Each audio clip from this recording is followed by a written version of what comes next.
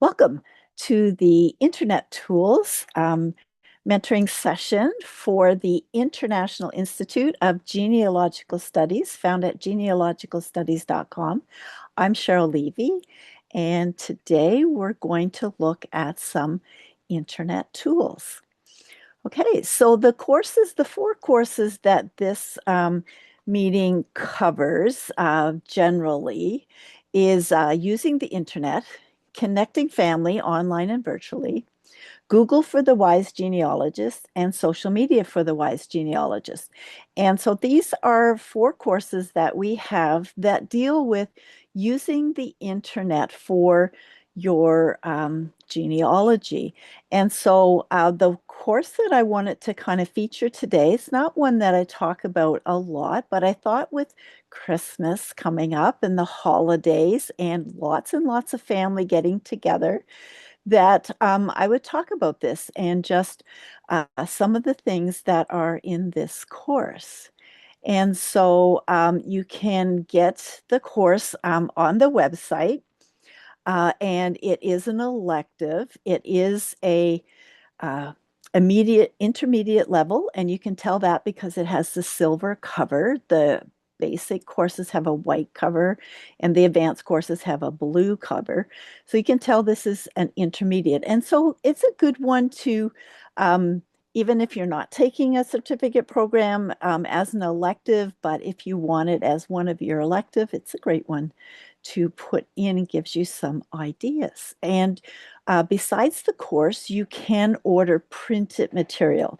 If you're like me, I'm a paper person, so I like them printed out and put them in the binders and highlight them and make notes on them and stick little stickies on them and everything. And so I do like the printed material, but the course itself, it comes with it as a PDF that you can download to your computer.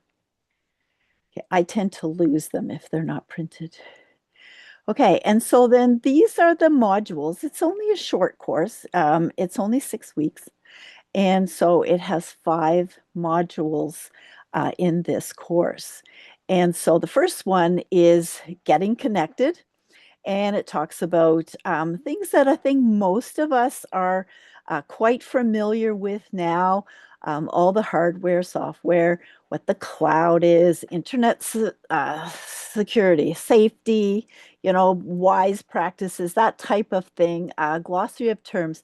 But for someone just starting out that's not familiar with the internet or doing research on the internet, this is a good course to introduce them to that. And what this course is focusing on is in Module 2, connecting with living people. And so, how do you connect with people that you want to do research with? Or that you're looking for lost family members. This is a course that can help you do that. And of course, one of the places is social media. And I can't tell you how many people I have found on Facebook that I had lost track of, including a very good friend from high school.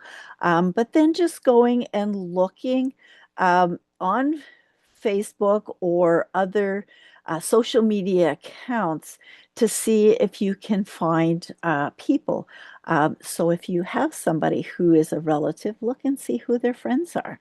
If it's public, then it's not snooping, it's just looking to see who else. And so I contacted someone the other day. I have a cousin, and there was somebody in his friends list with the same surname. So I thought, I'll contact that person. And then I found out who she was and how she's related and her interest in genealogy as well.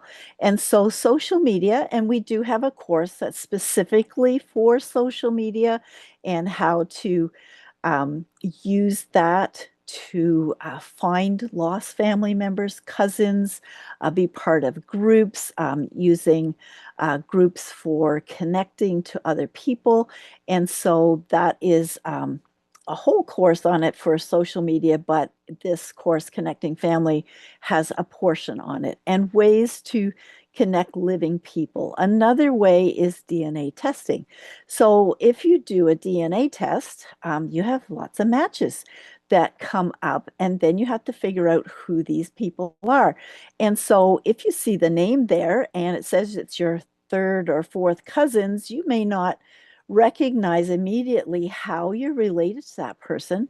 But if you find them on social media and using their email, there are ways to see if you can locate them on other platforms to identify them. Now, the easiest way is just to email them, but not everybody answers their email sometimes. And that's kind of a reminder coming up to the holidays is a lot of people giving DNA tests as gifts, a lot of people buying them for Black Friday, and coming up, it'll be the Boxing Day sales for the holidays or any other sales through the year. They have periodic sales. People buy them and they give them as gifts. And some people who are doing the testing, all they want to know is what, am I Scottish? Am I German? Do I have, a particular ethnicity? And they do it for fun.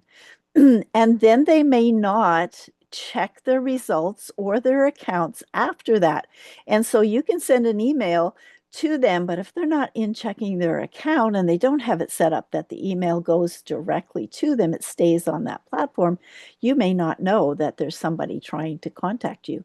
So trying to find them in another way may help. And these platforms, social media, are public. And so if it's out there publicly, sometimes you can identify them that way.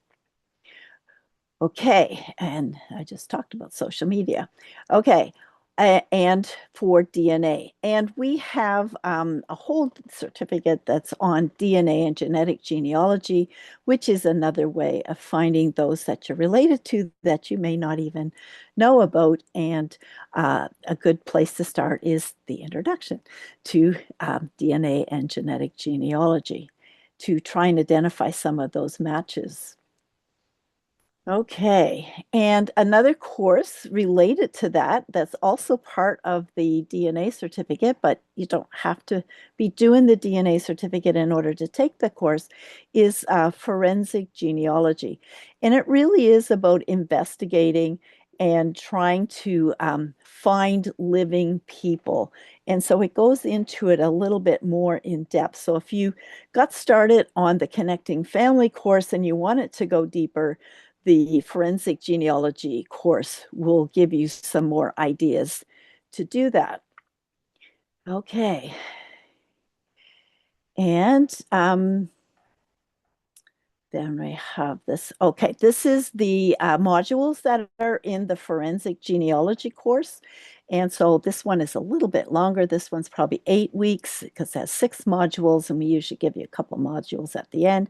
And so it really focuses on descendancy research, which, when you're doing your DNA matches, then that is part of it. You're doing descendancy research, but also then giving you more in-depth ideas like newspapers and histories and looking for documents and specific documents and online resources and directories, and then the whole DNA part of it. And then in the last module is obstacles and trying to help you with those. And so it goes into it a lot more in depth than the Connecting Family course does. Okay, so in the third module, it really focuses on um, death records, where you can find people who are deceased. And so cemetery websites is a good place to go. And some of those is Find a Grave and Billion Graves. And I've used Find a Grave. I haven't used Billion Graves as much, but it does look interesting. And we did a session on that earlier this year. And so go back, it's on the YouTube channel. You can go back and find about Billion Graves and the lady who helped us with that meeting really goes into all the details for billion graves. And Find a Grave is the other one.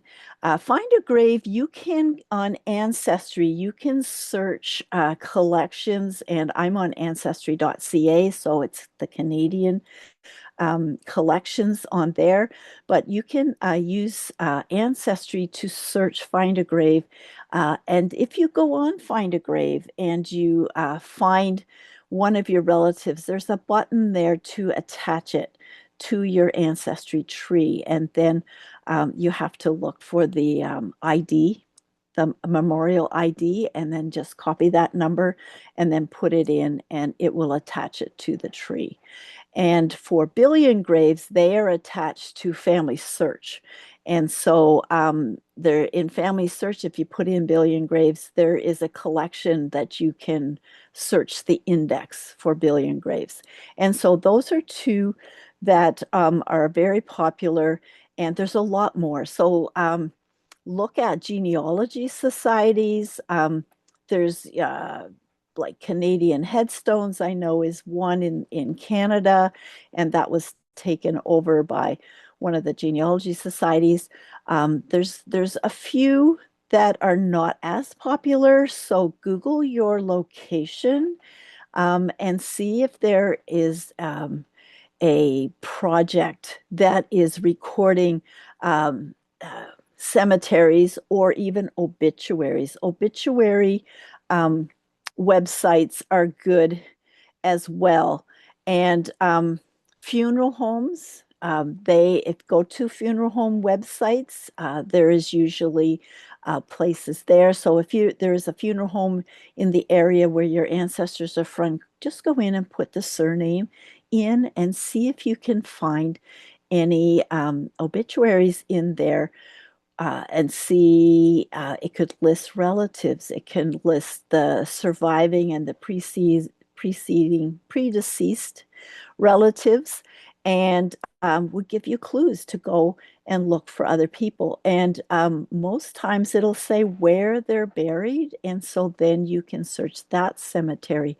Once you find them in a cemetery, they could be buried in a family plot, and so, and then look at who else is in that cemetery with the same surnames and who is buried beside them. And so, using obituaries in cemeteries is a good way of finding clues. And then you have the year that they died, and you can then look for other death records and notices and find out more information. And timelines is another thing that is good if you do a timeline for the life of your ancestors to see what events happened where they were at certain places. That's helpful if they've moved a lot. And you can also create memorial pages. And I'm just going to skip ahead here where a place that has memorial play is on Fold 3, which is owned by Ancestry, and they are particularly focused on military, but they have a lot. It's not just recent military. It does go back to the American Revolution, some of their records, and Civil War pensions, that kind of stuff. So Fold 3 is another place to look for records. I'm just going to go back for a second. And you can, I just saw recently for Find a Grave. I'm sorry, I'm flipping around here a little bit, but I just saw recently for Find a Grave, you can create a virtual cemetery, which sounds a little odd, but you can, in a virtual cemetery, you can add all the people that you are working for, or maybe that you're handling their pages, and put them all in one place. And so it's not a real place where all of these people are together, but you could do it online that it's the group of um, memorials that you have together in a virtual cemetery, if that makes sense. But that's something new that they have, so you don't have to keep going searching for them. You can have all the people that you're dealing with in their own little group. And so that is helpful. And then in module 4, it talks about creative ways of sharing your memories. Maybe you're the person that got all the photographs and you want to share them. I have a photograph, it's late 1800s, of my great grandfather. And it's a tin plate that my grandmother gave me. But I digitize that and I share it with my cousins because I'm not the only descendant from him. And so, that picture needs to be shared to all of the cousins. And so there's ways of sharing memories and lots of ideas. And a good place to help you with that is the Google for the Wise Genealogists course as well, to give you ideas of how to search for those kind of things. And then module 5 is putting it all together and how to create Google alerts, and talks about more about that. Okay, so are there any questions about the course? And I have paused the screen saving. And does anybody have any questions that maybe they wouldn't want to have on the recording that you would like to ask now about the course? And then I'll unpause it and continue.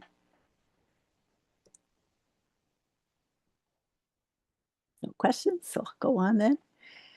Okay. Oops. Okay, just a second. There we go. Okay. So the second thing that I wanted to share tonight is if you really enjoy doing the Connecting Family course, you may want to go further and do the Personal Historian Certificate. So I just wanted to quickly talk about that. We used to just have 4 courses about being a personal historian and gathering the records for your family, but now it's in a course called Personal Historian. Sorry, it's a certificate. And you can just do the certificate or you can do it with your PLCGS. And so if you just do the basic personal historian certificate, there's 25 courses for that.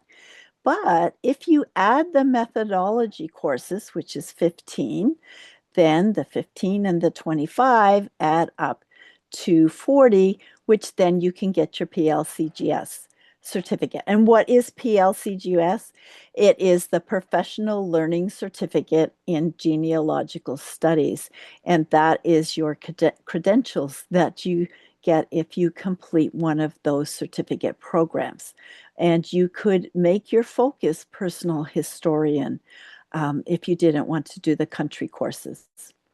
Okay, and what's in it? There's a course about preserving your documents and your heirlooms. There's one on photography and how to uh, find clues and digitize and projects for photographs. There's one on house history and farm histories that's very interesting to find out the history of your house or a certain house, who all lived in that house. And there's one on social history, which really looks at what's happening around those family, what's happening, what the culture is, what the events are, the things that they would experience day to day. And also, this one is demystifying culture and folklore. This one was interesting.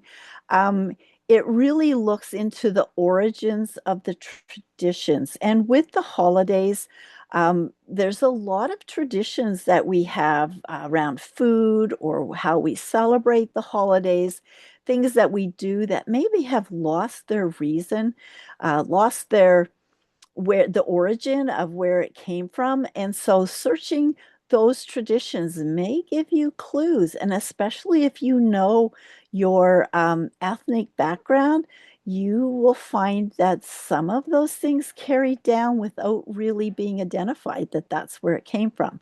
But it could just be that the neighbor's kids did that and then you decided to adopt that. So it doesn't always work, but it's interesting to find out the origins of why we carry on the traditions that we do around holidays. Another really good course in the personal historian certificate is the Tracing Women course, and that's called Grandmothers, Mothers, and Daughters Tracing Women. And it's a little bit different. Tracing women because they don't leave the same kind of records. A lot of times, for instance, land records, there's times when women didn't own land. It was very uncommon. And so they're not in the land records as much. But some did, but some didn't. Even to the point that when your husband died, you had to have somebody else to be the guardian of your children. You couldn't legally be responsible legally for them. You had to have a guardian, a male guardian over them. So there's different things that is in, but I really enjoyed this course. I discovered that one of my maternal ancestors wrote a book. And that's really interesting. I didn't know that I had any writers or any people who produce a book. And so you never know what you're going to find, but it gives you some ideas of how to look for other records that women specifically would have created in whether it's in a social group, but also some strategies on finding surnames and maiden names. Also, there's a course called Life of Our Ancestors, and that was an interesting course because it gets you to document the life of your ancestors, and the assignments are really thought-provoking and sends you down researching for things that you didn't think about, like who were the midwives in the community, and that was interesting. Then I had to go and find out if one of my ancestors was a midwife. And so those are just some of the courses that are in the personal historian certificate. And are there any questions about that certificate? Okay, I'm going to go on. And so these, you can find the course catalog for courses, all the courses, and for the 14 certificate programs that we are currently offering. And that is found on the store. It's genealogystore.com. And of course, that doesn't cost anything, but that's where you get it and download it from the store. And yeah, it's genealogystore.com. But there's other things at the store as well if you haven't gone there. We've just released our new Latin book. It's called The Genealogist Guide, and that is a companion for our Latin course.